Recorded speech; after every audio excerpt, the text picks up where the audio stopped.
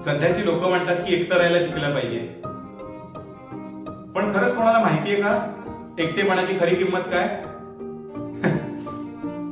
हास्याचं उत्तम नाटक करतो मी, पण खरंच माझ्या मनात काय चालू आहे ना ते कोणालाच माहिती नसतं. सॉरी ऍक्च्युअली तुम्हाला वाटत मी तुमच्याकडे पाहतोय, पण तसं नाहीये. मी ऍक्च्युअली तुमच्या डोळ्यात माझं रिकामं मन, अनेकदा फोन वाजतो, पण याचा आवाज ऐकायची खरंच इच्छा आहे ना, तो आवाज कधीच ऐकायला येत नाही. एकटं राहणं सोपं नाहीये. ह्या भिंतींशी बोलणं, आपल्याच सावलीशी वाद घालणं आणि स्वतःला समजावणं की ठीक आहेस तू, स्ट्रॉंग आहेस तू. पण खरं सांगू, जेव्हा रात्र होते आणि सगळं शांत होतं ना, तेव्हा एक आवाज कानात घुमतो. तो तुझा असतो. तो मला विचारतो,